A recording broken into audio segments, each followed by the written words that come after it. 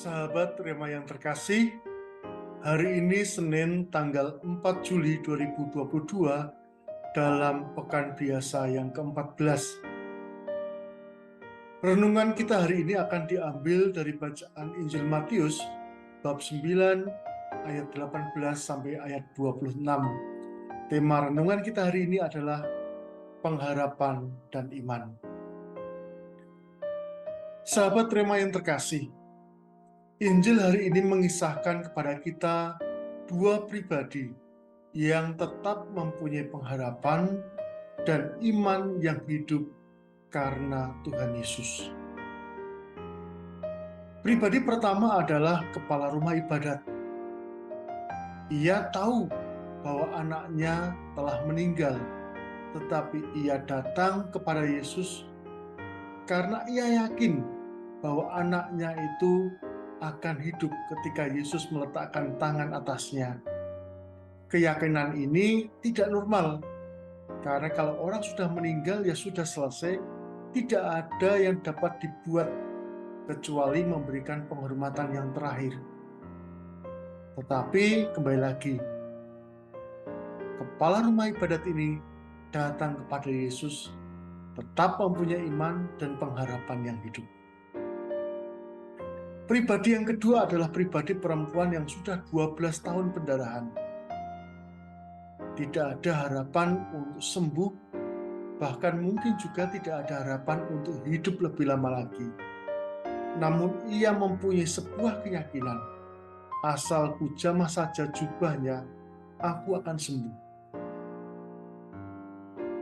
Ini di luar dugaan dan di luar cara hidup yang wajar. Kalau orang sudah sakit, ya sudah tidak bisa disembuhkan. Mereka berdua, kepala rumah ibadat maupun perempuan yang sudah 12 tahun pendarahan,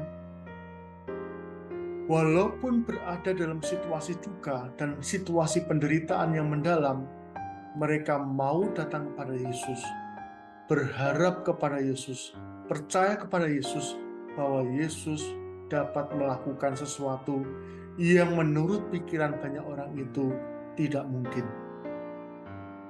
Dan benar, harapan dan iman mereka kepada Tuhan tidak sia-sia. Tuhan membangkitkan orang mati, dan Tuhan menyembuhkan yang sakit.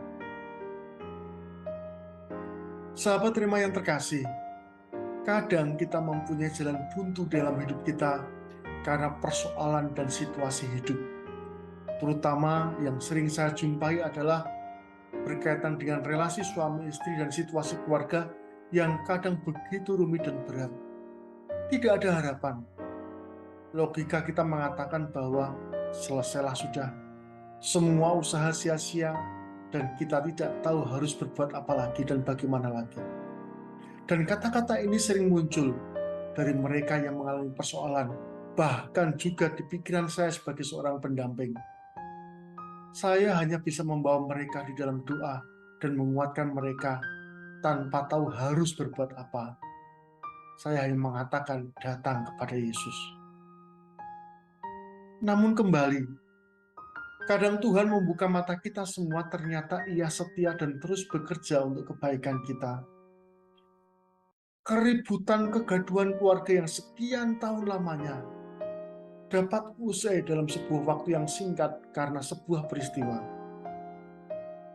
Hutang yang tak terbayarkan ternyata terbayar dengan pengembalian dari orang lain yang kadang-kadang kita sudah lupa dia berhutang kepada kita. Penantian pasangan suami istri terhadap kehadiran seorang anak yang tidak mungkin karena berbagai macam alasan medis ternyata terjawab sudah dengan kehamilan, dan itu tidak ada risiko apapun.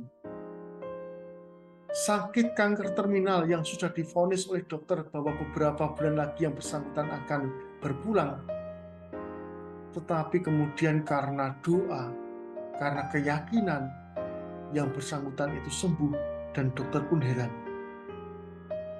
Dan kalau kita melihat banyak lagi di dalam peristiwa hidup kita masing-masing, kita akan menemukan bahwa ketika kita mengalami jalan buntu dan ketika pikiran kita mengatakan bahwa itu mustahil, Tuhan memberikan jalan, Tuhan menunjukkan bahwa Ia tetap bekerja dan terus bekerja untuk kebaikan kita. Maka sahabat Rema yang terkasih, marilah kita belajar untuk datang kepada Yesus di dalam iman dan pengharapan, di dalam keadaan apapun. Memang kita tidak bisa memaksa Tuhan, bahwa Tuhan harus selalu mengikuti keinginan kita untuk membuat sebuah mukjizat dalam hidup kita. Tetapi satu hal yang perlu kita garisbawahi dan kita camkan adalah bahwa kita tahu Tuhan mempunyai hati untuk kita, matanya memandang kita dan tidak pernah berpaling dari hidup kita, kesulitan maupun kegembiraan kita.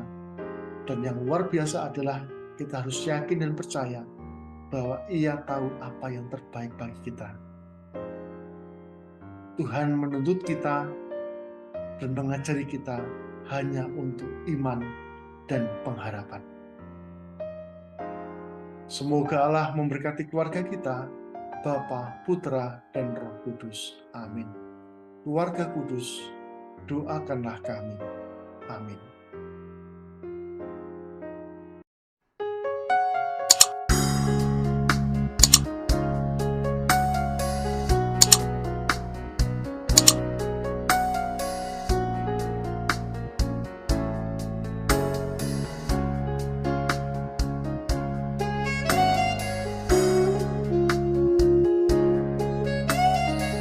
Sahabat Rema, sampai jumpa dalam program berikutnya.